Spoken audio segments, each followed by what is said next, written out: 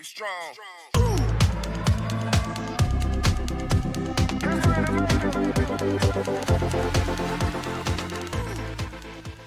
Well, hello, everybody, and welcome to this week's episode of the Beautiful Bag Podcast. I am your host, LeeAnne Hayden, coming to you from the loft as always. And I just wanted to give you guys a little heads up. I did this last year. I'm going to do it again this year. Last year, I took the summer off.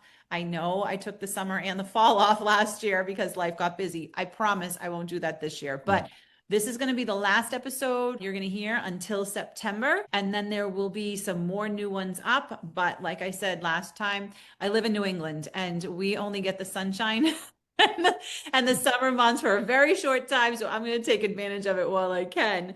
But this week we are here with Sandra Mannon. She is from Florida and we're going to have an amazing conversation. She has, an incredible story.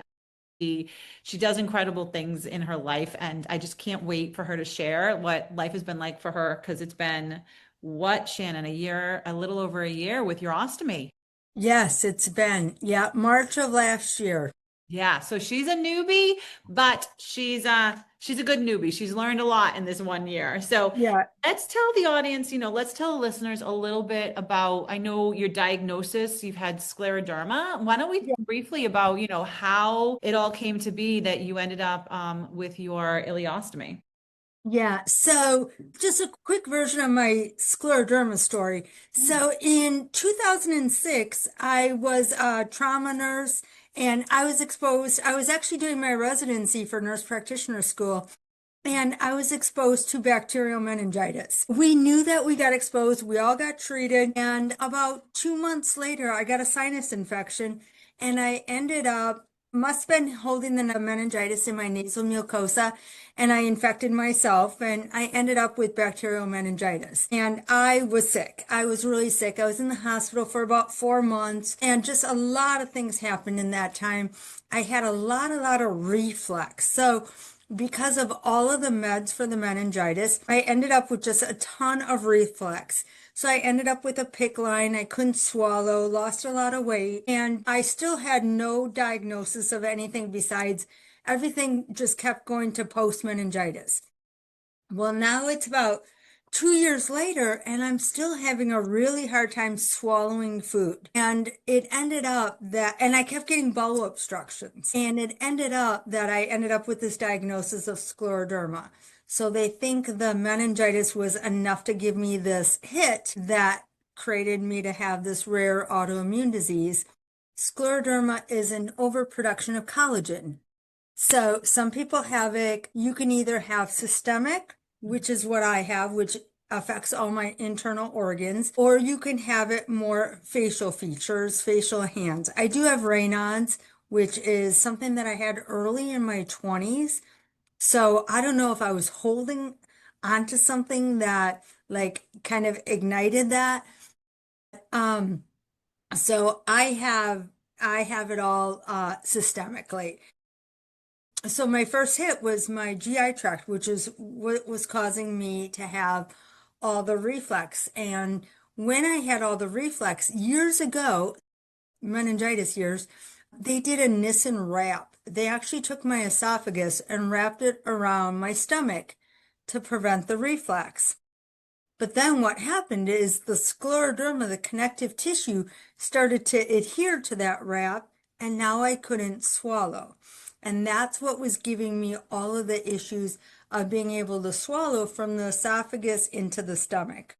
Right. So you're saying you produce too much collagen. Yeah, I produce too much collagen, yes. And that collagen basically, so sclera means basically locking in or, solidifying the collagen. And so then it started to affect my stomach and, I don't have, so the bottom line now, 20 some years later, I had just a ton of issues with bowel obstructions, constipation, eating, swallowing. I had constipation so bad that even with enemas and anything you could possibly think of, I still had a lot of issues just with constipation. So last year, I ended up with a rectal prolapse.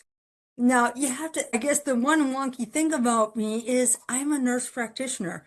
So I know how to do all these things. I tell people all the time how to fix their constipation but nothing that I did ever helped.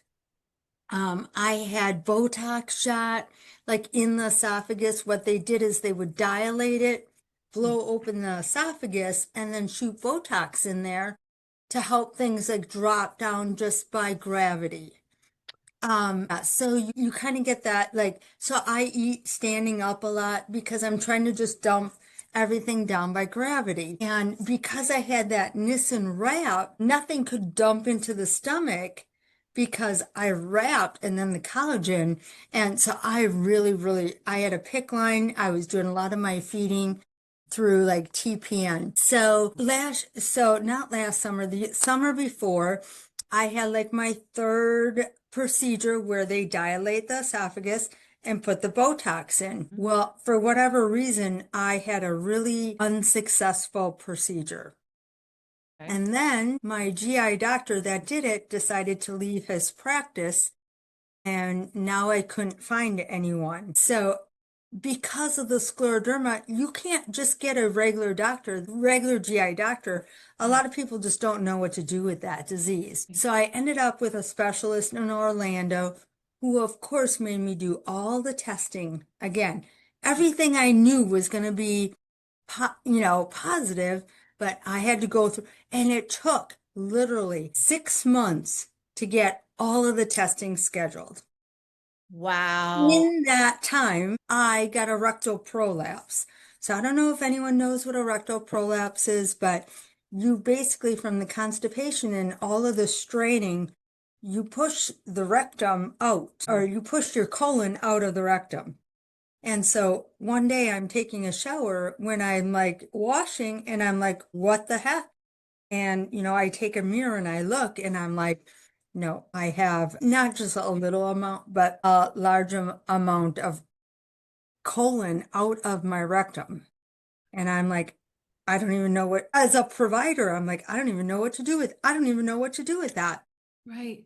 Right. That And must be scary. it was Scary. extremely scary because I was just like, I don't even know what to do. And so I went to a couple surgeons, and because of the scleroderma and the fact that I didn't have enough to surgically do the procedure, Mhm. I didn't have enough support on the rectal wall that if they would have sutured anything, it would have failed.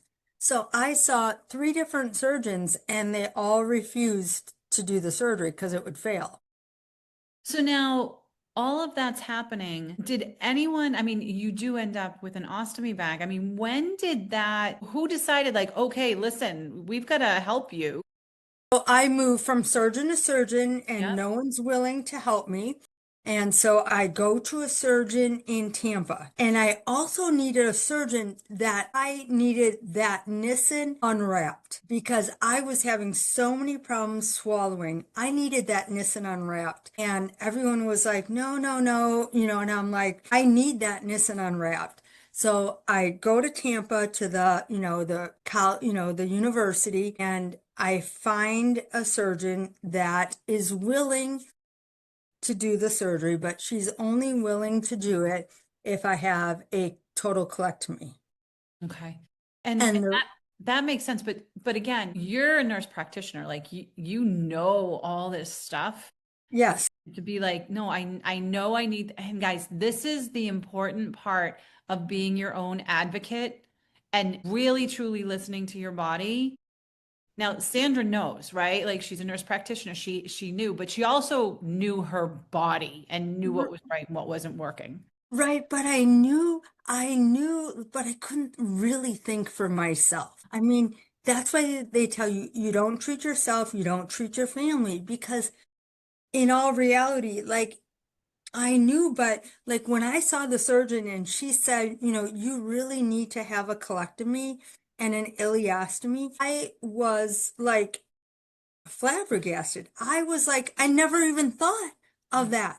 Honestly, I never thought of that. I just wanted the prolapse fixed. I knew that I had to deal with constipation Mm-hmm. and I knew I wasn't And when she told me that, I was like, whoa, whoa, whoa, I need a lot more time. I'm not ready for that. I am not ready for that. Yeah. Even though for years I've been having all of these issues, I still, like, that was the first time anyone said that to me.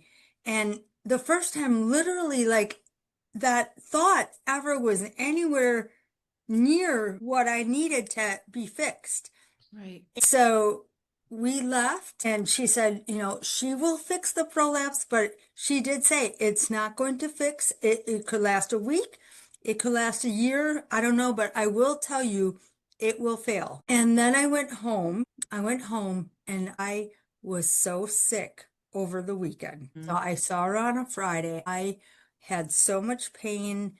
And I finally I was crying and I just said, I can't do this. And so I agreed to see the ostomy nurse, and I was devastated. Like, I just still couldn't believe, like, this is what I was going to have to do.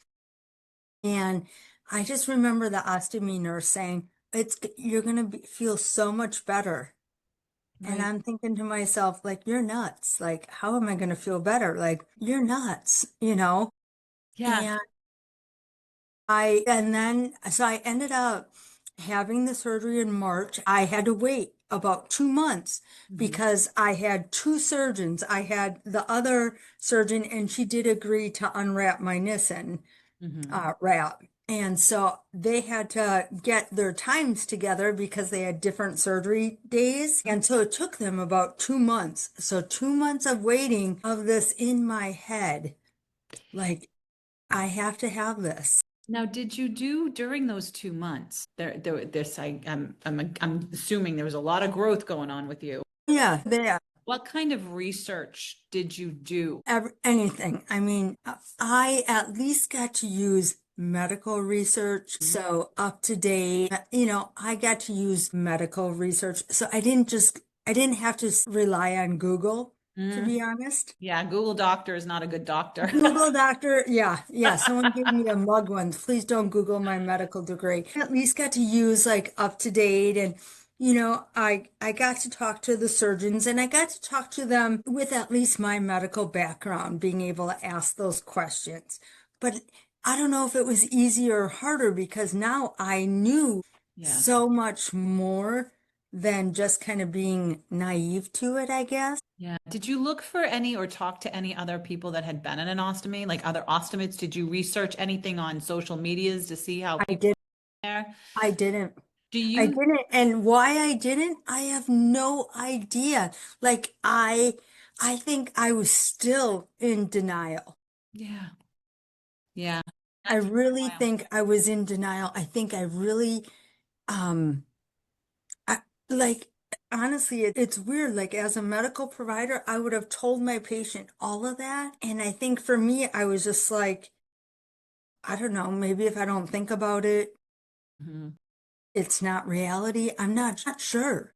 Yeah, I'm I not think really we sure. all go through those stages, and it doesn't matter whether you're, a a nurse practitioner in the medical world or No. whatever. It's you and your personal body. So it's almost like this isn't happening to me. I don't want this. Because again, Google Doctor, look at the pictures, even all the medical pictures. It's just like it's not pretty. It's just not pretty. And who wants that, right? Right. And as a nurse, I mean, I was an ICU nurse for 20 years. And I'll be completely honest, like, when we were getting our patient assignments, none of us wanted the patients that had an ostomy because then you had to clean it and change it. And, Mhm. I'll be honest, if you took 50 nurses and say, would you take care of a patient with an ostomy? Most of them would say, I would prefer not to. Really. And is it Yeah, because honest. they don't want to change, they just don't want to change the bags? Right. They don't want to change the bags. They don't want to deal with the barrier. I mean, it's not easy. Yeah. It's unpredictable. You have absolutely no idea, when your stomach's gonna, like, do something and when it's not. It's Yeah. not like you can say, okay, I'm gonna change your bag now. So you Hold just be it. nice and behave yourself. Yeah, just hold it. No, no, no. It's Yeah. like, okay, let's play with you a little bit and see Yeah. what we can do. Exactly, exactly. Now that we know this, guys, we know what to do to the nurses. Yeah, yeah, exactly. Exactly. Yeah, yeah. And so, so now I have my surgery was like 12 hours because I had my Nissen done and because of the scleroderma and the prolapse. Everything was a lot more difficult. Prior to my surgery, I had a PICC line in and I was doing all my food intake by TPN just because I needed the calories, the little And bit, how long did you have? about a month before. Okay. Okay. I still have a port. I still have a port. I still get IV fluids. I still do, which is kind of nice for me because I have my own clinic. So if I start feeling wore out, I just access my port myself. And so I do have a little bit of an advantage to that. Yeah. So let's talk about that because all of this happened over a year ago. And I mean, you're in Florida, you have your own clinic, you're a practitioner, you have your own clinic. I mean, one, you need to heal, but what was it all like for you after the healing and then realizing like, well, I'm pretty lucky. Well, one, I'm pretty lucky I can go give myself what I need when I need Yeah. it. But, getting back to work and Well, I was a little naive. It was a little bit of so my plan was because I'm the only provider in my clinic. It's me and my nurse, so I planned on being out for about 3 weeks. I took, sorry, okay, so I took three sorry. weeks, I took 3 weeks off. In my mind, Wow. that's all I needed was 3 weeks. All of that. My surgeon said 6 weeks, but I was like, you know what? It's my own clinic. I can control it a little bit. Okay.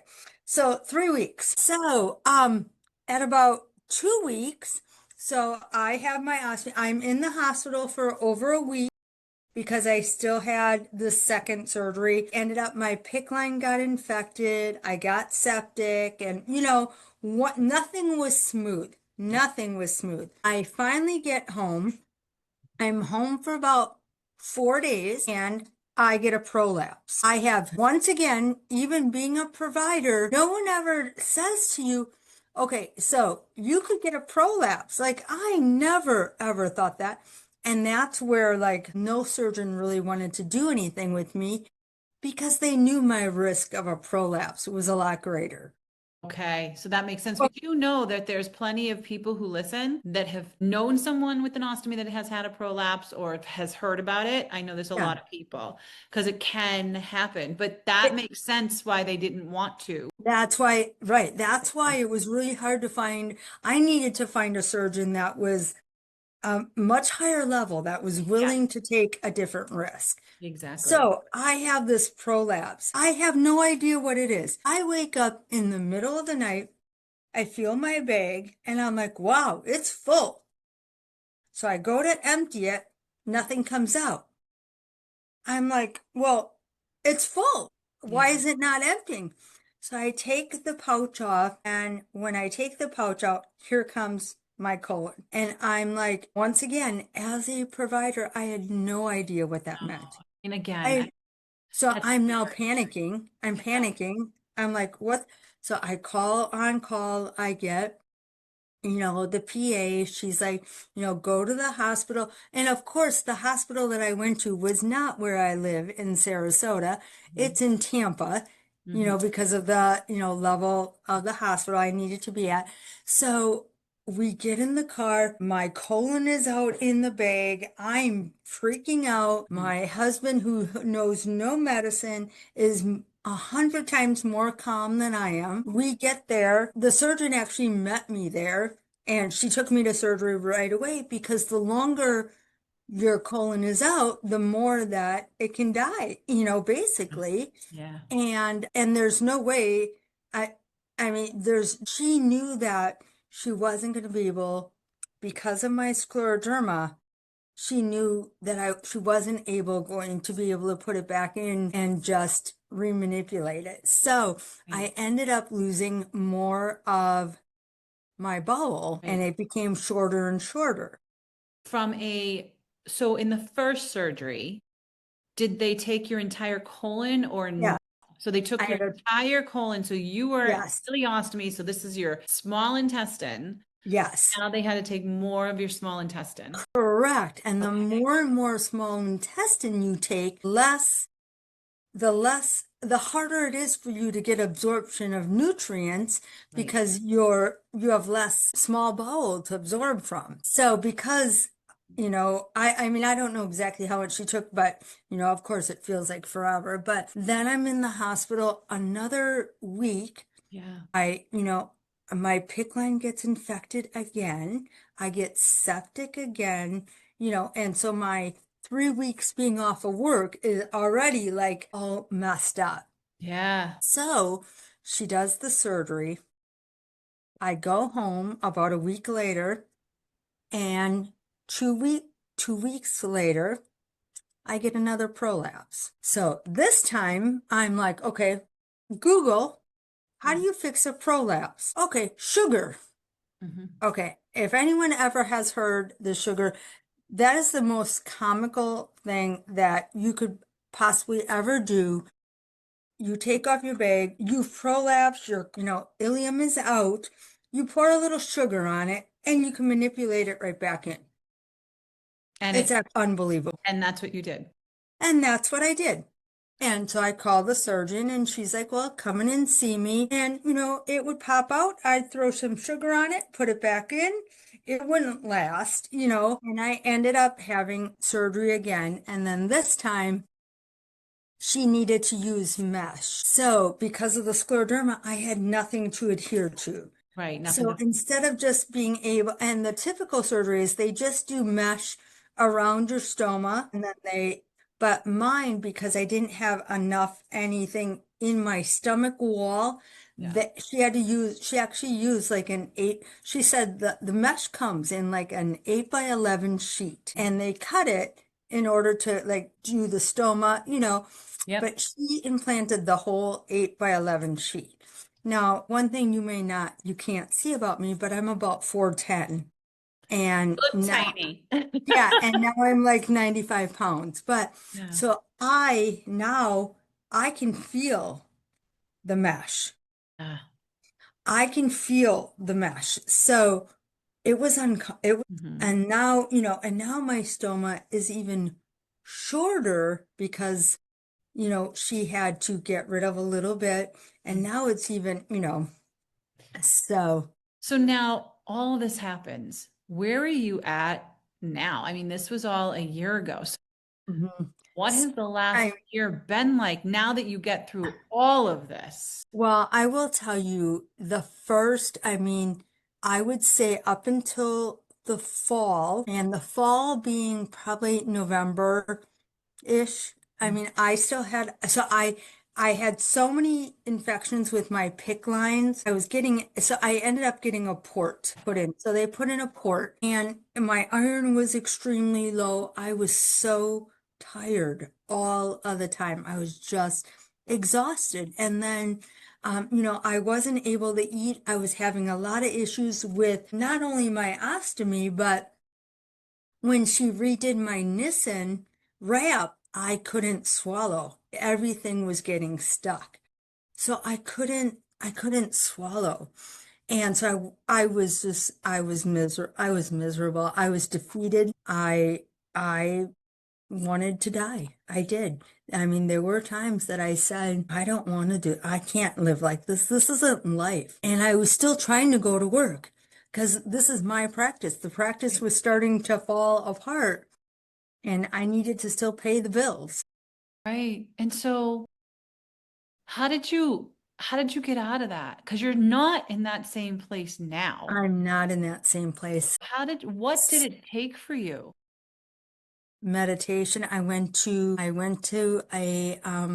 Joe Dispenza. I Uh, went to a healing. I feel like I went to a week retreat where I had healing. I was chosen to be a person that he healed. And I truly, truly believe that I had a healing there. Every day I meditate, every day I pray, every day I do yoga, and I've learned how to accept that this is what I have. Um, Life is now good. Actually, I hate to tell you this, but right before you and I started talking, I was eating tacos. Yay! I saw a surgeon in December. They sent me to the Cleveland Clinic because I still was having issues swallowing. So basically, with my scleroderma, I have no GI motility from gum to bum. So I Hmm. have really dry mouth. I have Sjogren's, so I don't have the acid, the saliva to help break down the food to swallow. I have no esophageal movement and nothing else. But ever since she loosened it and it's now healed, and all the surgeon at the Cleveland Clinic told me is there was nothing he could do to help. And his recommendation is that when I ate, to drink a Coke. Really? Yeah, to drink a Coke. And I said, well, can I drink a Diet Coke? Because I don't like regular Coke. And I said, I'll take a McDonald's Diet Coke. But that a carbonation and that how toxic a Coke is the only thing that helps break it down so that I can eat. So that is so well known in the ostomy community. A lot of people will sip on a Diet Coke Yeah, throughout the day, and it doesn't have to yeah, be five, one throughout the yeah, day because it will, that's how bad it is, but good it is. It will help break it down so that people do it to make sure they don't get blockages.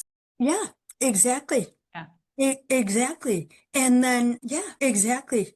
And so I did have a blockage. Okay. Luckily, I have the resources and, honestly, I know how to I put a catheter into my stoma, and advanced it to the blockage and I was able to break up the blockage. Now, nobody Don't do else this can. at home. Don't do that at home. Yeah. Don't do that if you don't have the Mhm. expertise. But I mean, I've had to do that a couple of times just to help not have a blockage. Right. Well, again, like you said, you have no mobility. I have no motility at all, Yeah. right? Yeah. But I have to now because I can eat. I mean, I eat by gravity. I eat small bites. Hmm. I drink a Diet Coke every time that I eat. I Hmm. don't drink a ton of it, but I do drink Diet Coke when I eat. And it will help. And uh, a year later, I remember the ostomy nurse saying, your life is going to be so much better. And for that first year, I thought to myself, you're nuts. It's not better. I can say in December, we went on our first cruise. We Hmm. went on another cruise yesterday. I was out on my paddleboard in my two-piece, my ostomy. If I'm out on the beach and there's a ton of people, I'll wear something that, I'll cover it a little bit. But when I'm out by myself, my ostomy is what it is. I guess the biggest thing I don't like about the ostomy is I wear a two-piece click, so I wear the Centura Maya, and I still feel the weight of the pull. Uh, I've tried one pieces for whatever reason. Just one piece, I always seem to leak off of a one piece. yeah. And I haven't leaked for a long time. Today, I decided so I came to work today. I put on a one piece last night because I'm trying. I just don't like the pull and the thickness. And of course, it leaked this morning. Like I was with my patient, I felt it. Yeah. I'm like, gotta go. Be right back. Yeah. And But but it's no, phone. no, it's strange. I mean, not to say that it won't leak here and there. Overall, no, I don't know what it is about a one piece, Okay. Okay. Well, I but. I wear a two-piece because I like the fact that I can just unclip it, throw it in a bag, throw it away, clip a new one Yeah, on. Super yeah, simple. Like, and I like that I could take it off when I yeah. take a shower, and I just leave the barrier on when I take a Yep. shower because then I can clean it and I feel like it's cleaner.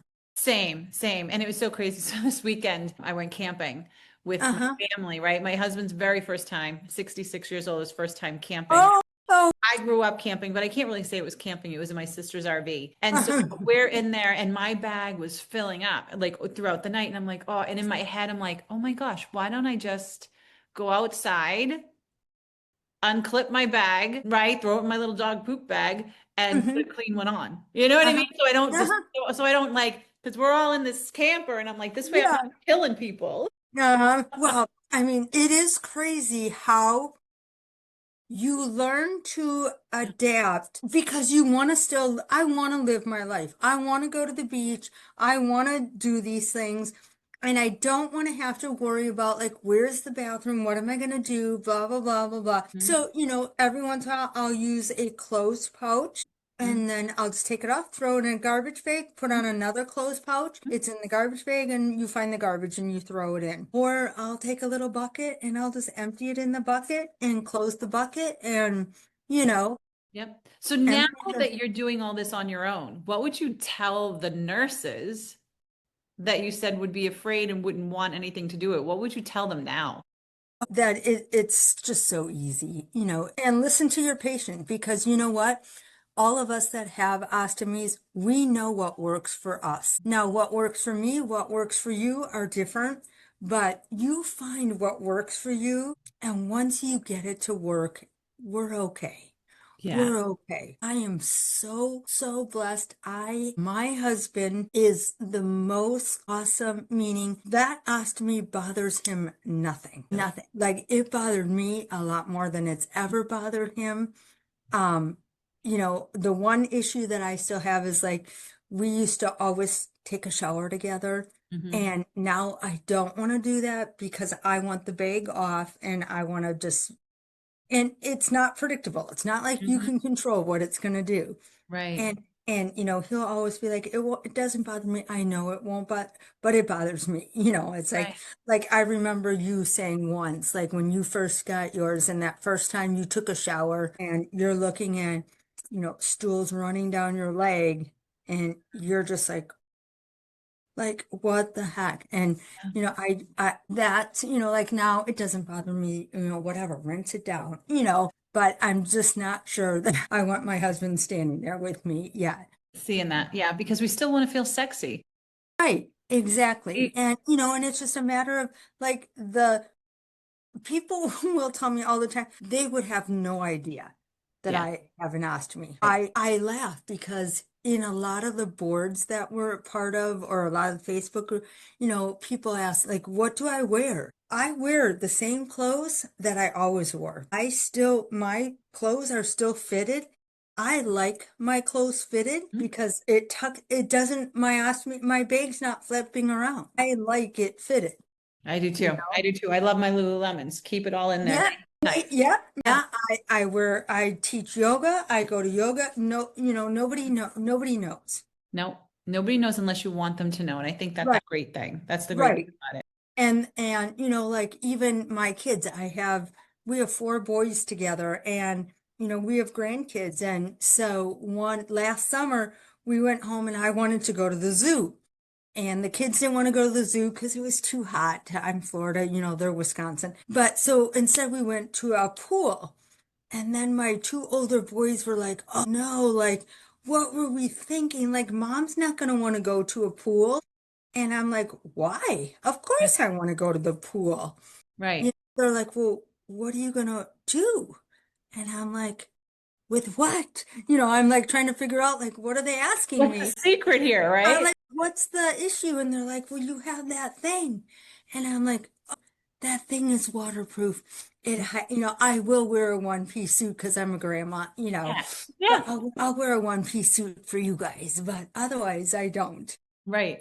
Right. See, So I'm a grandma too, and it is. yeah, I know Yeah. it's pretty great. Yeah, it's pretty wonderful. And I'm yesterday, my bag kept filling up with gas, and all of a sudden, Yeah, like I just had this big, like almost like a balloon, and my grandson yeah, was patting it, and it was like you can yeah, almost hear it like a balloon. yeah, right. Gigi, Yeah, yeah. like what And is that? it's funny because you learn like when it's gas and when it's not. And when, Yep. laying in bed, I know if it's all gas, I can just open it up, let it go, and Hmm. then I don't have to get myself up, Yeah. Yeah. or when it's full. And it's Yeah. crazy how like a little kid or a dog, you hear one little peep, you hear them, you get up. Not Hmm. any different with our bag. We know like, oh, it's full. I feel it. I'm Hmm. like, I have to get up. Then there's other times I feel it. I'm like, oh, I'm good for a little while yet. Yeah. Yeah, I don't need to get exactly. up just yet. But Exactly. can I honestly say a year later that I'm in a much better place? Yes. I mean, it is crazy because like my patients have been wonderful, wonderful. I mean, the first 9 months I walked around with a backpack and because I had my TPN, Yeah. Yeah. 18 hours a day on a pump. And Yeah. so now they come in and they're like, "Where's the backpack?" I'm like, "Backpack's gone." I'm like, "Let's have some tacos." Yeah, Yeah. exactly. So you've been able to eat for how long now? Um, I'd say a couple of months. Okay. It's May, June, a couple of months. Like all of a sudden it just kind of turned around um when I started to drink more Coke. All right. There we go. Healthy Coke. Or I had enough healing Yeah. and or the surgery that she did opened up enough and I don't have all the swelling anymore. Probably a But little bit of all of yeah, it. I mean, I don't eat, I eat very small amounts, but I feel like I eat all day long, even though I don't eat a ton of calories. The surgeon wanted me to put in a peg tube, and I don't know if you know what a I peg tube don't. is. No. So a peg tube is a tube that goes directly into your stomach, Okay. and then you feed right into your stomach. And the reason she wanted me to do that, because I have a hard time swallowing Right. pills and medicine. And she's like, well, then you can just use a syringe and just push it in. Yeah. And it still doesn't make sense to me. Like, if I'm going into my stomach, it's coming right out my ostomy right away. Like, Yeah. there can't be a lot of transit time.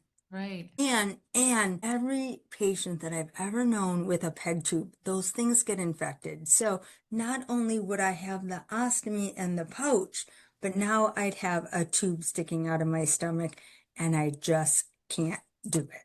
No. I No. just can't do it. I just don't want to do it. And I think, honestly, I think that with all of my intention and my meditation and my, will to Mhm. heal Mhm. has what's created things to be so much better for me.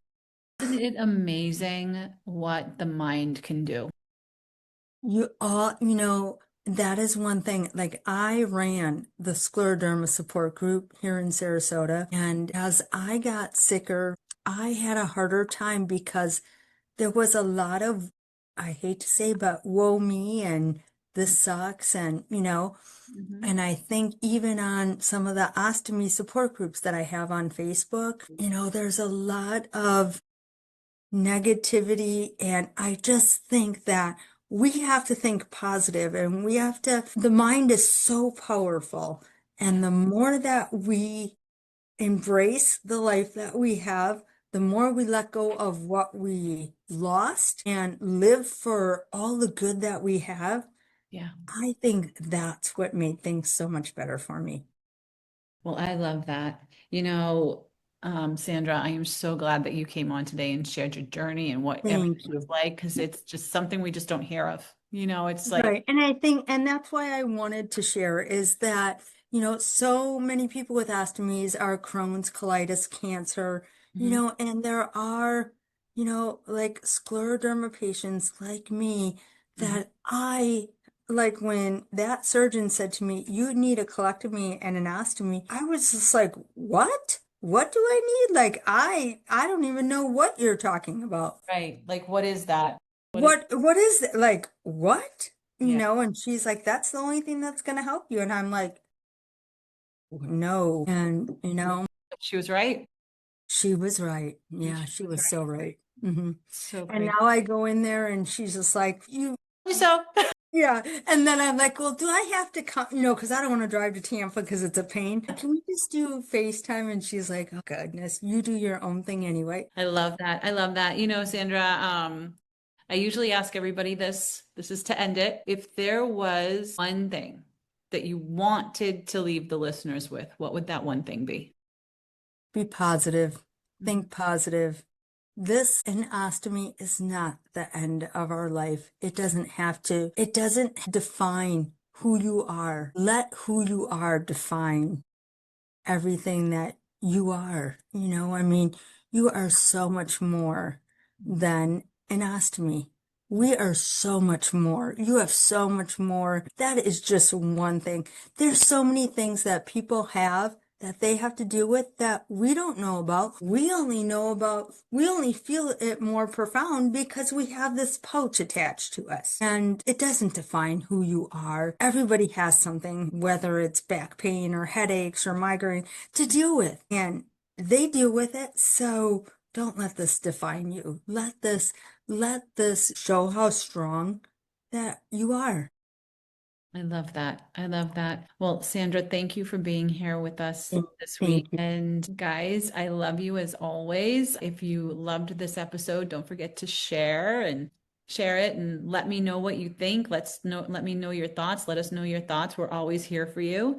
And as I said in the beginning of this is the last episode until the summer is over. I'm gonna go and Yay! weather because it's 80 degrees and sunshine out today. And in the last few days, it was like 30s, 40s, and 50s and rain. Oh, go enjoy it because you guys are up and down. We are We're up and down. So I'm going to take advantage of this beautiful, beautiful weather for the next few months. I will miss you, but I will still be online on social media. Again, let us know your thoughts and stay tuned for some more episodes come next season. Thank you. These testimonials are representative of my or our experiences, but the exact results and experience will be unique and individual to each person. The information provided herein is not medical advice and is not intended to substitute for the advice of your personal physician or other healthcare providers.